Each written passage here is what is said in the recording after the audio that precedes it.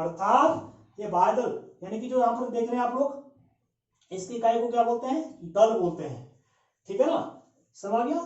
यह पुष्प का सबसे बाहरी चक्र होता है और हरा होता है। It means we can say that the green parts of flower is called calyx. Okay, अब दूसरा आपका आता है दलपुंज या कोरड़ा। दल, देखो ये सब दल है। दल, the coloured part of flower is called corolla. पुष्प का जो रंगीन भाग होता है उसको कोरड़ा कहा जाता है। आप देख सकते हैं, देखो यानी कि पुष्प रंगीन होते हैं। आपने देखा होगा, बहुत सारे पुष्प को देखा होगा, बहुत सारे पुष्प कैसे होते हैं? कलर्ड होते हैं, कलरफुल होते हैं। क्यों? क्योंकि वो कीटों को अपनी ओर आकर्षित करते हैं और परागण की क्रिया में सहायता करते हैं। ठीक है ना, समझ गया? इसकी इकाई को बोलते हैं पेटल। क्या बोलते हैं? ये petal. The unit of corolla is called petal. इसको बोलते हैं दल। ठीक हो गया? ये है पुष्प के सहायक अंग, यानी कि सबसे बाहरी भाग में क्या होते हैं? कैलेक्स। और ये क्या होते हैं? दल। ये क्या है? पुष्प के सहायक अंग है। अब तीसरा भाग इसमें आपका आता है पुमंग, एंडोसियम। क्या होता है एंडोसियम? पुमंग क्या होता है? देखो, the male part of flower is called androecium. पुष्प के नर भाग को पुमंग कहा जाता है। ये पुमंग है, देखो ये सब पुमंग है। ये ठीक है ना, लिखा भी है मैंने, ये परागकोश। अब पुमंग क्या होता है? अगर हम पुमंग की बात करते हैं तो जो पुमंग होता है इसके सबसे ऊपर परागकोश होता है और इसमें एक नली के आकार की रचना होती है, इसको बोलते हैं फिलामेंट।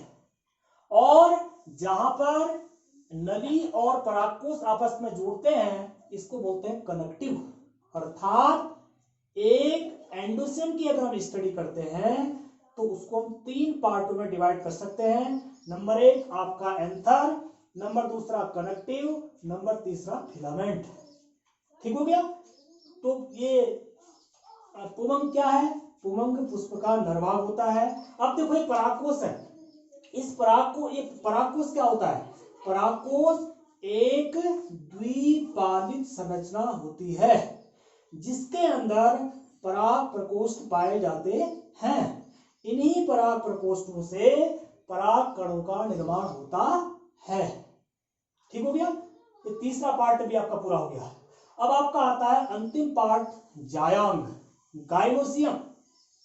पुष्प का मादा भाग, the female part of flower is called gynoecium. अब देखो यह पुष्प का सबसे सुरक्षित भाग होता है और बिल्कुल बीच में होता है। देखिए आप, ये आपका गाइनोसियम है, ये देखो ठीक है ना, ये गाइनोसियम बिल्कुल सुरक्षित भाग, सबसे सेफ पार्ट होता है। अब देखो क्या होता है गाइनोसियम? गाइनोसियम पुष्प का मादा भाग होता है। अब देखो बेटे, अगर हम इस गाइनोसियम के अध्ययन करते हैं, अगर हम जायांग का अध्ययन करते हैं तो इसमें 3 भाग होते हैं। नंबर 1 वर्तिकाग्र, नंबर दूसरा वर्तिका और नंबर तीसरा अंडाशय। देखो ये सबसे सुरक्षित भाग है। The protective part of flower is called gynoecium. इसके 3 भाग होते हैं। ठीक हो गया?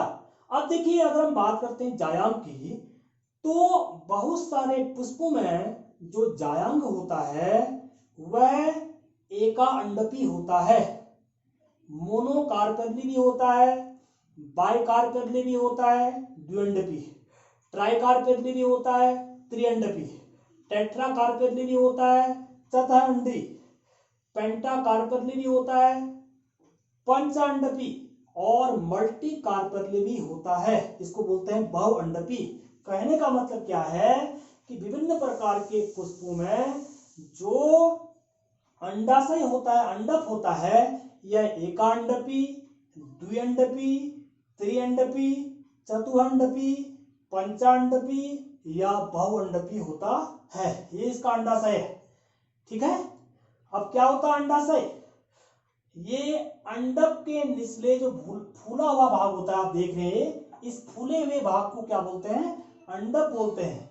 और अंडाशय के अंदर एक गुहा होती है, ये, जिसके अंदर एक या अनेक गोलाकार रचनाएं पाई जाती हैं, इन्हें बीजांड बोलते हैं। ये बीजांड आप देख सकते हैं, इसको बोलते हैं ओव्यूल्स। क्या बोलते हैं? ओव्यूल्स। अब देखो, एकांडपी किस पुष्प में होता है? यानी कि जब जायांग एक ही अंडक का बना होता है उसको बोलते हैं एकांडपी। इस प्रकार का जो पुष्प होता है वो मटर का होता है। द्विअंडपी जब जायांग दो अंडक का बना होता है, इस प्रकार का पुष्प होता है सरसों में। जब जायांग तीन अंडकों का बना होता है उसको बोलते हैं त्रिअंडपी, इसको बोलते हैं प्याज। जब जायांग चार अंडकों का बना होता है इसको बोलते हैं चतुअंडपी, इसका एग्जाम्पल होता है क्लेरोडेंड्रॉन। जब जायांग पांच अंडकों से मिलकर के बना होता है इसको बोलते हैं पंचाअंडपी, इसका एग्जाम्पल है गुड़हल। और जब जायांग पांच से अधिक अंडकों से मिलकर के बने होते हैं इसको बोलते हैं बहुअंडपी। इस प्रकार का एग्जाम्पल आपका आता है पोस्त में। ठीक है, तो आज आपको मैंने पुष्प के विभिन्न भागों के बारे में बताया। अब पुष्प का कार्य क्या होता है? पुष्प का पहला कार्य होता है परागण की क्रिया में सहायता करना। अब देखो, परागकोश कहाँ बनते हैं? परागकोश बनते हैं पराग प्रकोष्ठ के अंदर, और ये वर्तिकाग्र है। देखो, यहां से क्या होता है? इसी वर्तिकाग्र के माध्यम से क्या होते हैं? परागण पुष्प के अंदर प्रवेश करते हैं। अर्थात जब एक पुष्प के परागकण कहाँ बनते हैं? परागकोश के अंदर। जब एक पुष्प के परागकण वर्तिकाग्र से होते हुए सीधे बीजांड में प्रवेश कर जाते हैं, इसको क्या बोलते हैं? इसको क्या बोलते हैं? परागण। यह परागण जो है विभिन्न माध्यमों से होता है। इसी चैप्टर में आपको इसके बारे में डिटेल से बताएंगे। ठीक है, इसके माध्यम क्या है? यह परागण वायु द्वारा होता है, जल द्वारा होता है, कीटों के माध्यम से होता है, पक्षियों के माध्यम से होता है। और इसके बाद क्या होती है? निषेचन की क्रिया होती है। अर्थात जब पुष्पी पौधों में नर युग्मक का संलयन मादा युग्मक के साथ होता है, इस घटना को क्या बोलते हैं? फर्टिलाइजेशन। ठीक हो गया। तो आज आपको मैंने जो है एक पुष्प के विभिन्न भागों के बारे में बताया। वैसे अगर हम जनरली बात करते हैं तो एक पुष्प के 7 भाग होते हैं। वैसे 4 दिखा रखे हैं, 4 तो आपने देखे ना, बाह्य दलपुंज, दलपुंज, पुमंग और जायांग। इसके अलावा 3 भाग और होते हैं, जिसमें एक होता है पेडिकल, एक होता है थैलेमस, और एक भाग और होता है उसको बोलते हैं परदलपुंज। क्या बोलते हैं? परदलपुंज। यानी कि जब पुष्प में बाह्यदल और दल में अंतर स्पष्ट नहीं हो पाता है, इसको बोलते हैं परदलपुंज, पेरिंटल।